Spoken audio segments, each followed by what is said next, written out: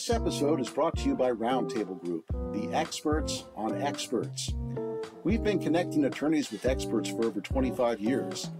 Find out more at roundtablegroup.com. My guest today is Dr. Nathaniel Herr, an associate professor of psychology at American University. If you could please share a little bit about your background and areas of expertise. Sure. I'm a clinical psychologist. I have a PhD from the University of California, Los Angeles.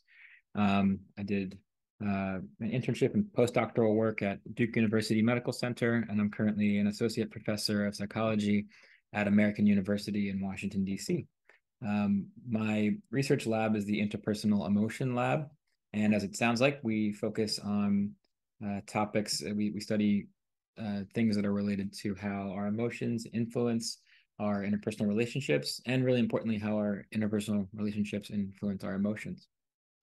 That must apply across so many fields of work, right? I mean, in regular jobs, your relationship at home, everything else. So it's definitely something that is useful to apply. Do you find that workplaces often utilize or refer to information that you guys put out there?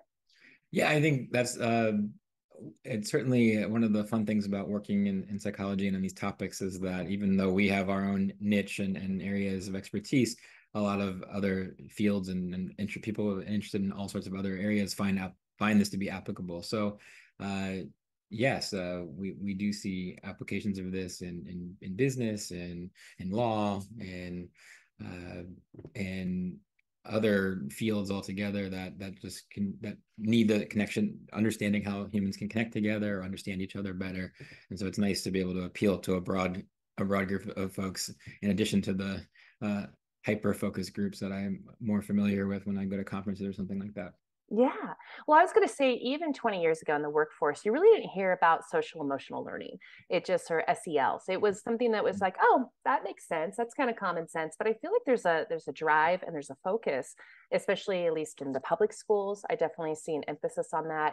And in turn, everyday life. Mm-hmm. So it definitely has a platform now. Would you say that's true, or has it always just kind of been there and maybe just not mainstream?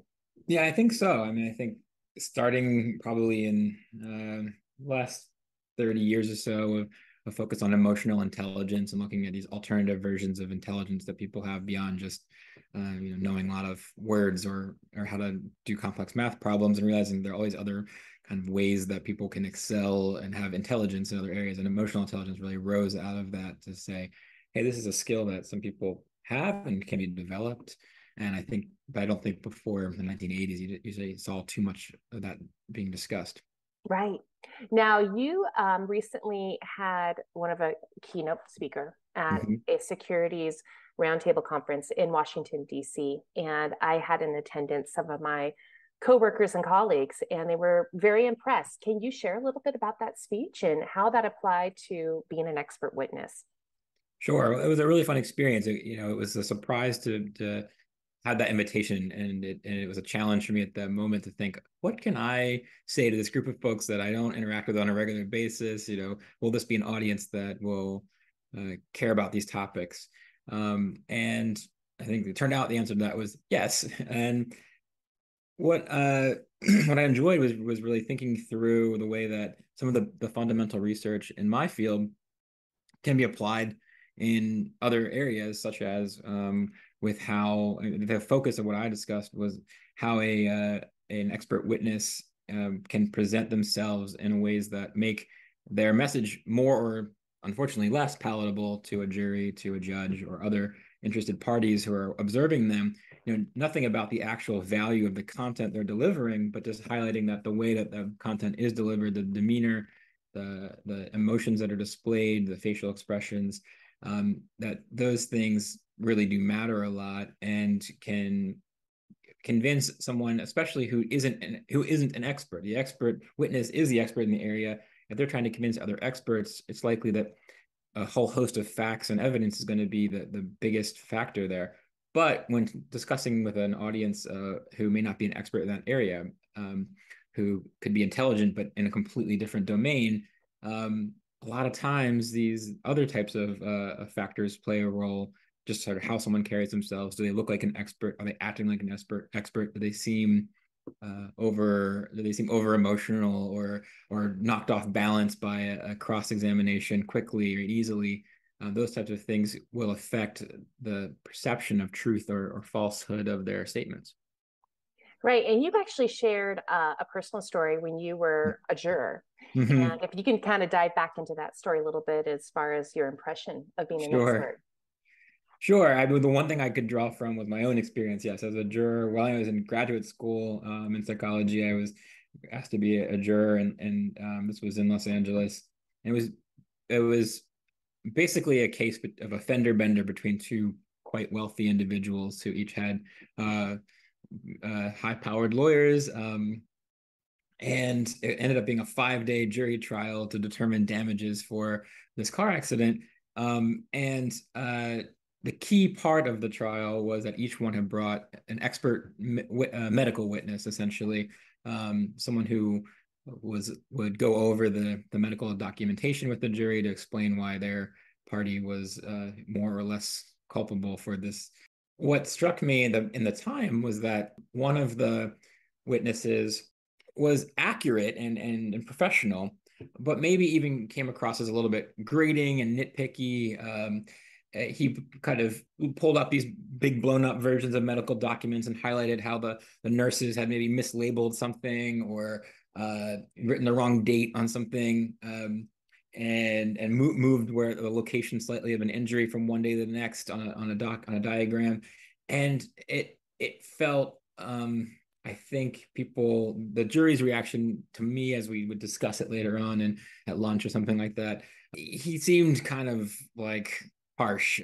Then contrast that with the witness for the other side that came and said, and he was sort of light and funny and kind of loose seeming, also still delivering facts and at least the facts that he wanted to highlight there. But there were times when he would kind of have the lawyer, the cross-examination kind of try to rattle him a little bit, and he kind of could make a little small joke and move on, and it didn't ever seem to get rattled that much. And there were times when the jury actually laughed at something he said, and really over a 5-day period, it was overall pretty boring for the jurors. Most of the times, this was arguably a highlight of the whole thing, was this comic relief, or there's a little bit of lightness to it. It felt like, hey, this is kind of, I can pay attention to this. So I think reflecting back on that, realizing that I'm not an expert in whether an arm nerve damage on the arm is long lasting or just temporary. And I didn't know, having two different opinions, but I couldn't easily evaluate the difference in their medical arguments. But I felt myself more compelled toward the expert that just had a more pleasant and easygoing demeanor. That was sort of that got me thinking about this topic here of like, the facts in this case, maybe there were viable facts on both sides, but the jury ended up leaning toward that person's argument and really awarded a very small amount of money that was compared to what was being asked for. And I think a lot of it had to do with the demeanor of the expert witness, not even as much as the facts that the expert witness was presenting. Right. It's almost, being amicable or approachable, and also as an expert witness being able to take something that's very like high level and journey level, right? Like regular jurors aren't going to be all electrical engineers and understand the complexities. Definitely medical doctors, the same thing. So that's always something that's huge and that's important, that I find that our attorney clients are also looking for experts that hold themselves to that ability, right? To communicate across a bunch of different people. So really quickly, let's just touch on jurors. I know that, when there is jury selection, a lot of times the attorneys will kind of read a room. And, there could be that consulting with a psychologist or someone who can do body language. That's very important. You did talk about universal facial expressions, right? Tap into that for me. So,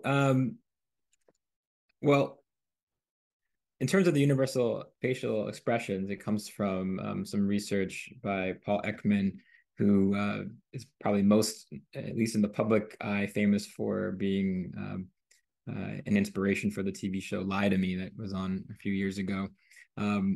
and his work, one of the key findings that he had initially that really launched a lot of his more recent work was that found he had Stanford students pose different emotional faces, like look angry, look sad, look happy, and took pictures of these students. And then he had access to a tribe of native individuals in New Guinea who had very limited contact. They were a kind of people that didn't have contact with mainstream society, lived in an isolated area, but then had more recently been sort of interacted with by society. And he was able to access this group and took these pictures over to them, and had, through a translator, was able to establish that some of these images, those individuals recognized the emotions on the Stanford students. He also took pictures of those folks in New Guinea and brought those pictures back to Stanford and found there's a mutual agreement that like this is what a happy face looks like. And he kind of identified these 6 core facial expressions that are universally understood by humans regardless of language and exposure. And that would be happy or happiness, anger, sadness, disgust, surprise, and fear.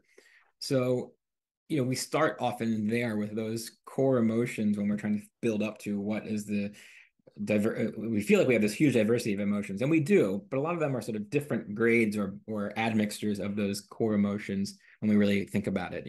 What is rage is an intense version of anger, of course, but there might be things like jealousy that is there, and it's some combination of, I don't know, anxiety and sadness and anger, maybe all combined together. So I think that's where that research comes from, and that's that was what I was referencing in that talk. Yeah. Well, what about if you can walk into like just maybe everyday kind of what you do, and how would you bring awareness of interpersonal relationships in the business world, or maybe some key topics that you usually cover or highlight? Sure. Well, I think that one thing that we teach for folks, I'm a clinician, and so a lot of what I do, at least right now, I train others and I train students in becoming clinicians.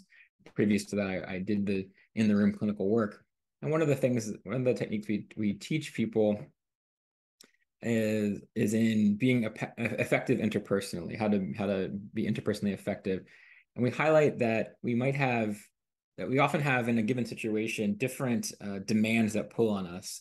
We kind of parse it into 3 zones. Like there's actually the goal at hand. Like I want someone to give me this document that I need, and so that's my objective.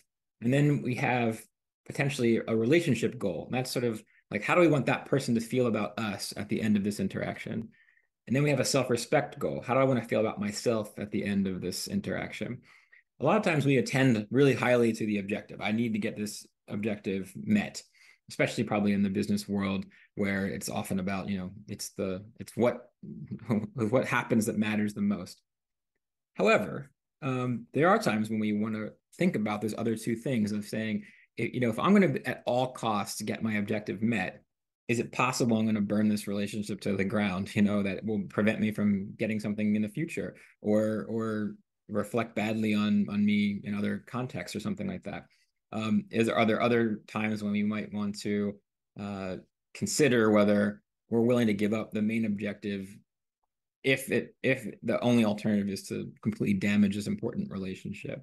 And then the self-respect thing too, of like, how do you want to feel about yourself at the end of this interaction? If you get what you want, but in a way that is unethical, against your morals or your values, where you're going to just feel like you've crossed your own lines, is that really going to be an ultimately effective strategy in your life, in your work going forward? And so we actually, we'll ask someone to just reflect on here's a situation, reflect on these 3 kind of zones in terms of planning out how you might approach it, so that you at least acknowledge that it isn't just good about getting what you want entirely. It could be in the end, you look at the other 2 and say, well, I don't really mind. That's maybe the way we approach, when we talk to Verizon customer service and we want them to take off a charge that wasn't there. we don't really care about the relationship. We might not even care how we might do it in a really angry or embarrassing way, but so we wouldn't like love the way we look to ourselves even. But in there, we kind of are willing to put those things aside. But that may not be true in every relationship that we're having in our offices or between offices and things like that. And so you just want to consider those things rather than just trying to be kind of like cutthroat. I'm going to get what I want no matter what, because there may be longer term negative consequences that you're not expecting or thinking about at that moment. So do you guys provide or think out just tools of how to be the best? I mean, so what's some highlights there of what to do? Sure. If I focus on the things about the relationship part of it, it's things like how do you, if I want to have an interaction with somebody where I want them to come out feeling better about me, about our relationship in the end. It seems sometimes these seem a little bit obvious, but there are things that are important to keep in our mind. Being a good listener in those situations is important.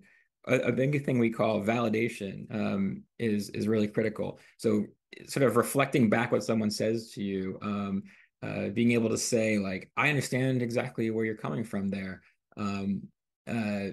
That's a great idea, even if the next statement is, and I have this other thought too. Starting off with a validation of the other person's perspective is a really good way of drawing someone in rather than pushing them away. We talk about acting interested. So with the important word there being act, that you don't have to actually be interested in what they're talking about. But if you want the relationship to go well, you should act interested. That's something that probably most people who are in a committed relationship might acknowledge, that there are times when it's best to act interested, regardless of whether you really are interested in. That applies in our business relationships as well. If we're always distracted and if you're on a Zoom meeting with somebody and you're looking at all the other things on your computer, you kind of you're not acting interested. You're really not enacting it. It's going to come across. And that just sort of, at best, it holds those relationships at neutral. At worst, it can actually start to create distance and problems there. So anyway, I think those are some of the key things there. I mean, I could go over some of how to get your objectives met, but a lot of that I think is the stuff that people know the best. Being like a broken record, not getting distracted by when someone tries to throw you off track of what the main point of what you're talking about, bringing it back to the theme of what you're discussing, clearly describing the situation and expressing how you feel about it are all key parts of that. In terms of self-respect, I think there it's taking an inventory of what you value, what you think is right for you, your ethics and your own values, and making sure that you have thought about those things, and then not being willing to cross that kind of no matter what, sort of drawing a firm line in the sand and saying like, this is what I'm gonna do. Some of that also can look like how you carry yourself, talking clearly, making eye contact, being some of our self-confidence aspects of things come into that. That will help you leave an interaction feeling good about how you handled it, regardless of if you got what you want, regardless of whether the relationship is better for it. You can come out feeling like, I kept my head held high, I stuck to what I believe in and value, and therefore, I still see that I'm on the right track, even if that interaction didn't go the way I wanted to. I know that I haven't diverged from my own values and beliefs. Yeah. Well, I want to go back to, again, part of your speech. And there was one quote, and I can't find it immediately, but it did talk about, here it is. An aggressive witness is an effective witness. And I think that's very true. And kind of what you just talked about, some of the tools, how you build those interpersonal relationships in business, even at home, and how that can apply even as an expert witness. So if you could talk to me a little bit about that statement, Yeah. I think that, so anger for humans, anger tends to bring out anger in others. Like it's sort of like a reflecting type of emotion. Friendliness tends to breed friendliness, and hostility tends to breed hostility. And so when someone is an angry witness, they might think that it's something that will like show the strength of their argument. But it often makes people get in, it puts the jury in the mindset. In my read on this, it puts the jury in the mindset of arguing back with that person. And once they become argumentative, your mind starts to make the opposite argument or just engage in the fight almost. It's like it sets off their own sort of, it's not like it's full on anger and rage, but it does set across their antagonistic, your antagonistic parts start to brew up a little bit. And that's going to bring up, well, maybe they're wrong because of this, maybe they're wrong because of that. And that's really not what I think you would want in an expert witness. I have read and reading through this in preparation for that talk, that one instance of anger can be useful, and that is in cases of when the expert witness is being personally attacked. If the lawyer takes an approach to try to discredit them at a very personal level, then that sort of angry, indignant approach is what people would expect. And if you don't do that, it can be seen as like a acknowledgement of the truth or value of this counter thing that you really aren't. So there's maybe some moments when anger communicate effectively, but for a lot of the times it sets up a kind of a competition, and unfortunately the jury often ends up on the other side of that as the expert, because they're kind of hearing it, so then they are coming back at that person. I think that was the source of that idea that an angry witness is an ineffective witness. Yeah, no, it's very insightful and truthful, right? I mean, again, kind of common sense, but at the same time, maybe people don't prepare themselves to think about what they're going to say in every situation. Yeah. Well, this has been great. Do you have any last kind of comments in general about being an expert witness as it applies to psychology and whatnot? Yeah, I think one of the challenges of like managing your emotions on the stand or otherwise is that in the moment it can be really, really hard. It's all well and good to say being an angry witness is a problem, but anger can just come up out of, it's like someone else is triggering it and it just emerges in that moment. And so, give credibility to, I guess, being able to be aware of and try to, at least for short periods of time, hold back expressions of those emotions. It's sort of like a muscle you build up, like you would going to the gym to build up your arm muscles or leg muscles. It's something that between those big moments, you want to be attending to your own emotional states and other sort of low stakes situations, and certainly people would encourage engaging in mindfulness practice, but not just 5 minutes before going on the stand, really more regular leading up to that as a way of building up that ability, that muscle to stay in the moment and not allow the emotions to just guide your behavior right away. But it doesn't always have to be mindfulness. It can be just something more like awareness. When you're driving to work in traffic, you can use that as a perfect opportunity to just take stock. What am I feeling now? What's going through my head? Am I anxious about where I'm going? Am I angry at all these other cars? And that's just, the more you're doing that, the more you're stepping out of those emotions, not letting, because emotions push behavior and they want behavior to happen. And the more you can be aware of those emotions, the more you can make that choice using all of our human brains to say, I hear that part of my brain telling me that to do this, to run away, to lash out. But I'm going to choose, at least for the moment, to not do that. I think that type of like workout for the mind will make you in a better place on the stand, rather than thinking like in the moment I can will it to happen. Yeah. I feel very rejuvenated and very positive right now. Like, I feel like I'm tackle everything. Thank you. Perfect. Well, I appreciate all your insights and tips and your time. So thank you for joining us. Well, thanks for having me. Thank you for listening to our podcast, Discussions at Roundtable. Our show notes are available on our website, roundtablegroup.com. Subscribe today on Apple Podcasts or your favorite listening apps.